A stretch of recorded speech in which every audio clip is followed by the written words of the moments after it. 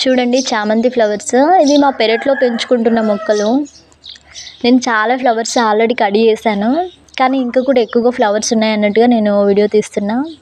ఎన్ని flowers cut చేశానో కూడా నేను చూపిస్తాను. చాలా మొక్కలు ఉండే బట్ అన్నీ తీసేసాము. కొన్నే మొక్కలు ఉన్నాయి కానీ చాలా ఎక్కువ ఫ్లవర్స్ అనేది ఇస్తాయి ఇవి.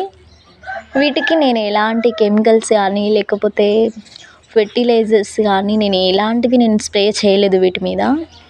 కానీ నేను ఫాలో అయిన టిప్స్ మాత్రం చెప్తాను. సీజన్కి ముందు నేను చామంతి మొక్క యొక్క కొమ్మలు ఉంటాయి కదా, అవి నేనైతే కడిగేస్తూ ఉంటా. అట్లా కడిగడం వల్ల మళ్ళీ మొక్క అనేది గ్రోత్ అనేది ఎక్కువగా ఉంటుంది.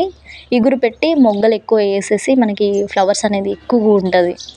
అదేవిధంగా మళ్ళీ డైలీ వాటర్ పెట్టకూడదు.